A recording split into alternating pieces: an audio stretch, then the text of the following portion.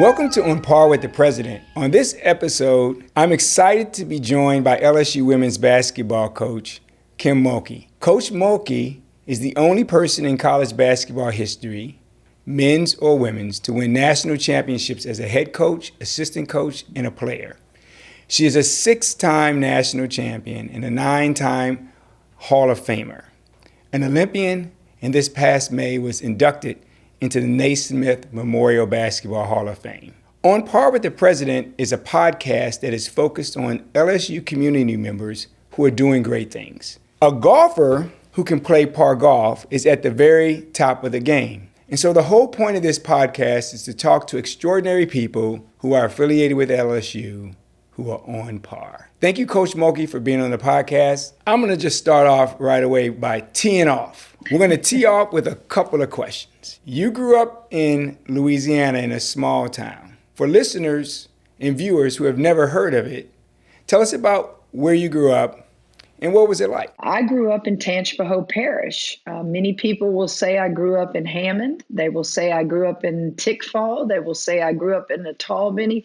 So to keep it simple, all of those little towns are in Tangipahoa Parish, which is about 40 minutes from the LSU campus. I'm very proud of where I grew up. I came back home and took this job because of my association with the state of Louisiana and my upbringing. If you were to mail me a letter, it would be sent to Tickfaw, Louisiana, because my home was really out in the country. I grew up with relatives all around me. I grew up with grandparents, aunts, uncles, cousins, but we were out in the country. And then I went to church at a small church in the Talbany. So my roots run deep in Tangipahoa Parish, and I'm very proud to tell everybody I'm from there. Yeah, I'm glad you clarified that because I'm getting my geography of the state organized, and that's helpful to understand. So growing up, when did you first start playing team sports, and what sports did you play? Well, the very first team sport I ever played was Dixie Youth Baseball as a 12-year-old with the boys. I remember being at recess and being a little bit nosy. I noticed somebody dropped a stack of papers on the ground out there where we were playing. And so I just casually, when the bell rang to go back inside, I kind of looked and read it and picked one up, and it was tryouts for Dixie Youth Baseball. And at that time, they didn't have bitty basketball for girls or any leagues in the summer. And I thought, I'm playing every day. I'm the first one the guys picked to play football at recess and to chase and to play marbles and to do tops, so I want to do this. And so my parents supported it, and I tried out, and I was the first one selected. And back then, that's an honor to be the first one selected in the draft, but it meant you went to the worst team. So I was a pitcher, catcher, and a shortstop, made the all-star team. And Dr. Tate got my first taste of really discrimination when I was 12 years old. We went to the all-star game, and I got kicked out of the dugout because I was a girl. And they kind of made it out to be that I wasn't officially on the roster. But the truth was I was the starting infielder for them, and I couldn't even sit in the dugout. So many wonderful memories. That was a sad part of it. I then next year went to Pony League. So as a 13 and 14-year-old, I played on the boys team in Pony League. And the second year of Pony League, I was an all-star again at second base. So those were my first teams that I played on, and wonderful memories. So when did hoops become your focus? When I got to high school. I played it all. I played many sports in high school, but in the summer I played AAU basketball. And then, of course, during high school, I was fortunate enough to be on 4 state championship teams, and played for 2 different high school coaches and played with some wonderful players in high school. But I kept also playing other sports, volleyball, softball. But yeah, I realized at that time that basketball was going to take me to a full scholarship somewhere. And so it was after high school that, it was strictly became basketball. Well, one of my big areas of interest is scholarship first. And you demonstrated in high school that you could balance being an athlete and academically successful as a class valedictorian with outstanding grades. How did you balance all of that? Dr. Tate, I wasn't fortunate enough to be what I consider just a tremendous IQ or brainiac or all those things. I literally had to study. Probably started studying at 10, 11 o'clock at night, and depending upon how much studying I needed to do, it could go after midnight. But that became my pattern all through high school, all through college, and it worked for me. I had to work harder than those who were just super intelligent, and I guess you would say it's probably somewhat competitive for me. I wanted to compete with those guys that were just so outstanding in the classroom, and I was fortunate to graduate valedictorian and went to Louisiana Tech and graduated summa cum laude with a business administration degree there, and I just wanted everybody to think that I was as smart as they were. And the truth is I wasn't. I just outworked them. Now, I'm going to ask you this, and because I don't know if there's any video of you playing in high school, but as a coach, I've watched you over the years, and you bring a little bit of swag to the sidelines. I mean, you're not just sitting there looking like an academic coach, really, buttoned up. I mean, you come with a little swag. Did you play like that in high school? Did you sort of have that, that drop back and then, give them the look? Well, I think people that saw me play probably would answer that yes. I can remember being called the little general out there, and playing the position of point guard. You have to be an extension of the coach on the floor. So I didn't have a problem pointing to people and telling them what to do. I still don't have that problem. It comes natural because you have to know what you're doing. I'm responsible for everybody on that floor when I was a player. I have to know all the responsibilities of my teammates. And then now as a coach, there's just so much on your plate that you're responsible for, and I want to make sure that I'm prepared. I like to tell people I'm a fighter. I don't know if that's being from Louisiana, and we're very resilient people, and we fight, and we clean up, and we fight some more. But I just love to compete. And I love to be around people who make you better. So when I'm on that sideline, I'm oblivious to anything around me except what's going on that floor. And I want my kids to play hard. I want them to play with excitement and enthusiasm. Passiveness doesn't motivate me. Passiveness is great. Some of your greatest people and greatest coaches are passive, but me, I wanted that coach that was fiery and would get the best out of me. And so, yeah, I think it's your personality and who you are. For me, it was interesting to watch you during your homecoming ceremony, if you will, in the spring when you returned here to Louisiana and LSU. You were visibly emotional about coming back to Louisiana. Tell us what you were thinking in those moments when you accepted that role. I think there were a lot of emotions involved in that, Dr. Tate. One, I left a great institution. I left a dynasty. I had the emotion of leaving young people that I recruited to come and who believed in me. And yet that emotion was still very real.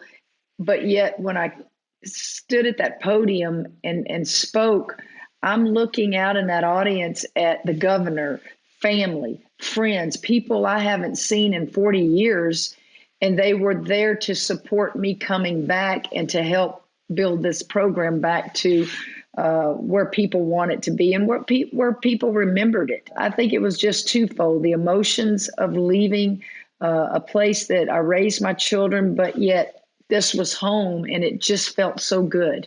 Personally, I watched what you accomplished at your time at Baylor. It was extremely impressive. What are you most proud of about that time?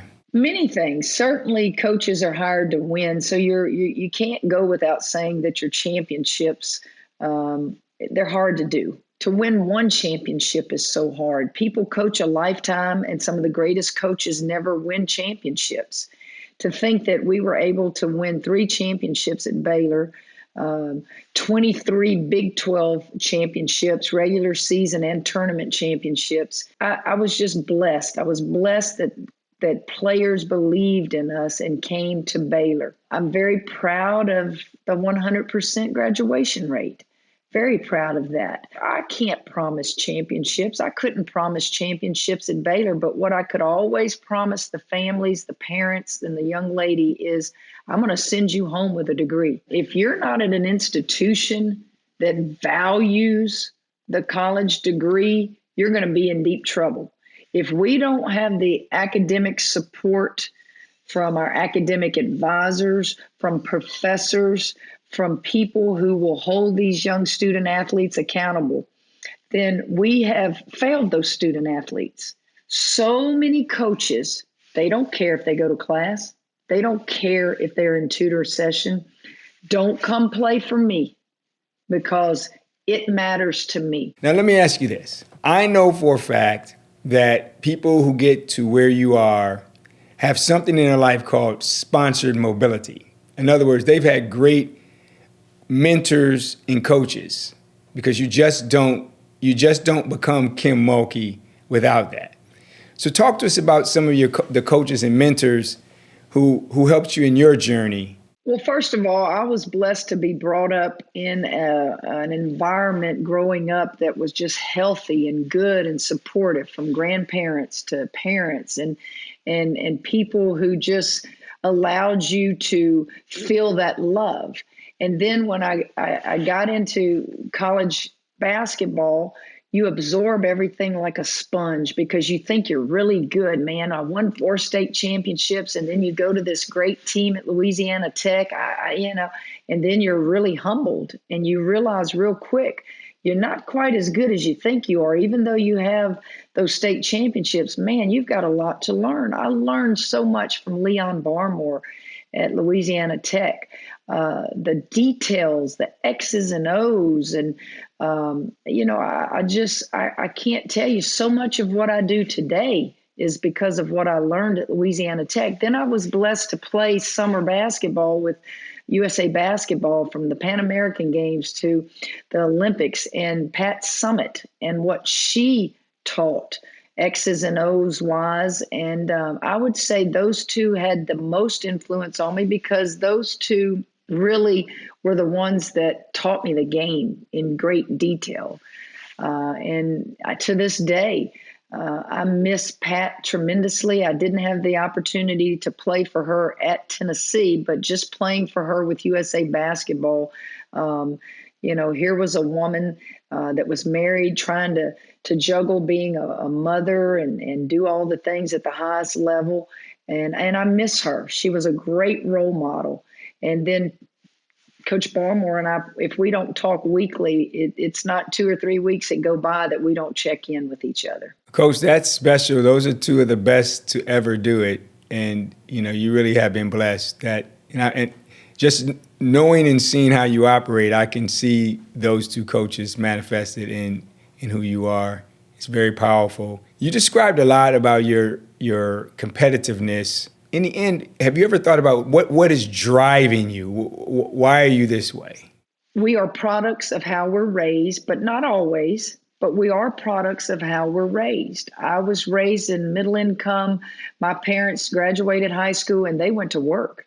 My dad joined the Marine Corps and was there for 4 years. My mom married at a young age, had me at a young age. I watched them work every day. So they never made us feel like we were inferior to anybody, nor did they ever make us feel like we were superior to anybody. I'm a product of the public schools. Integration hit when I was in the 2nd grade.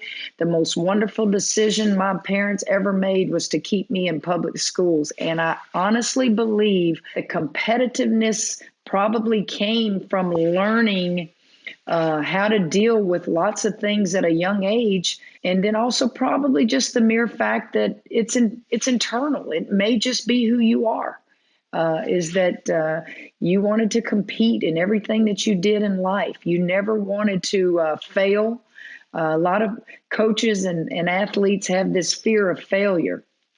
I think it's okay to be afraid to fail, but not allow it to devastate you when you do. You pick yourself right back up and you go to work. We all fail in life. I've never met a person that didn't fail, but it's how you react to circumstances that allow you to grow and become who you want to be in life. So you have this competitive drive in you. When you're thinking about a potential player to join your program, is there something that you see in them that says that they're that double eagle person?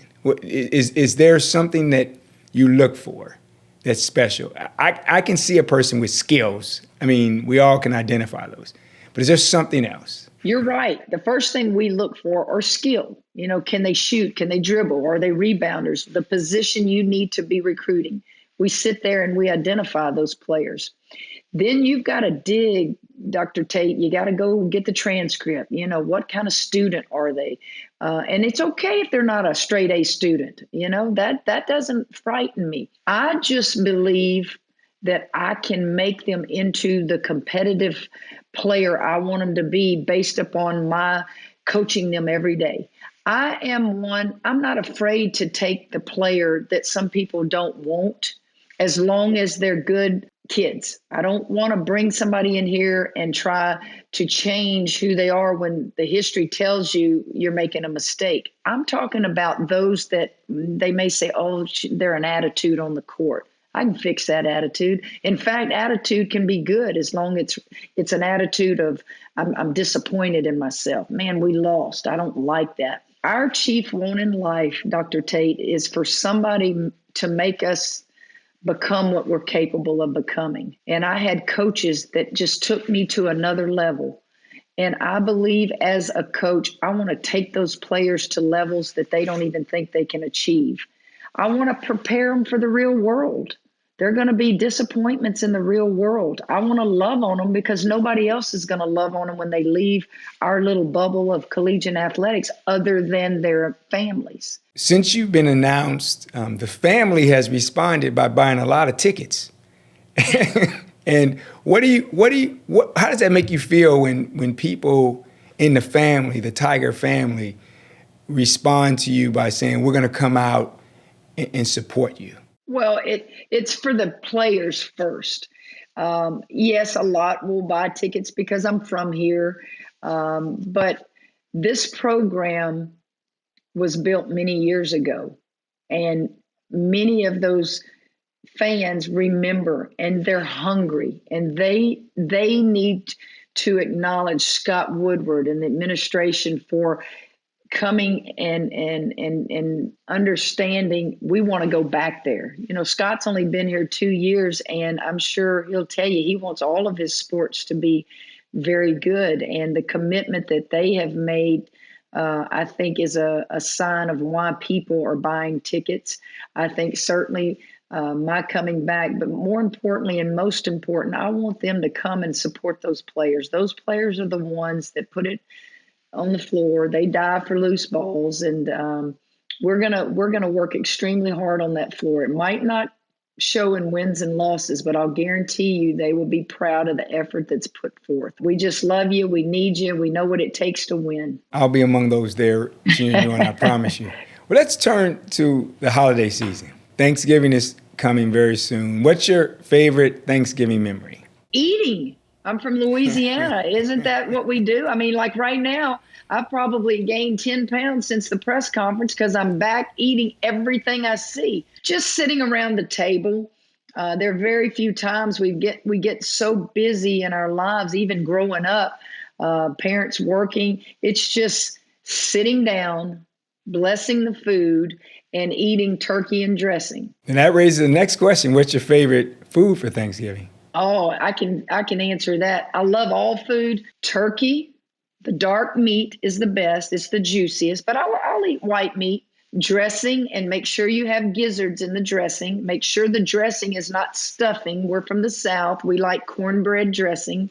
And then just give me the small little petite peas. I don't need anything else. I don't need candy yams. I don't need the dessert. Those two things I could live off of.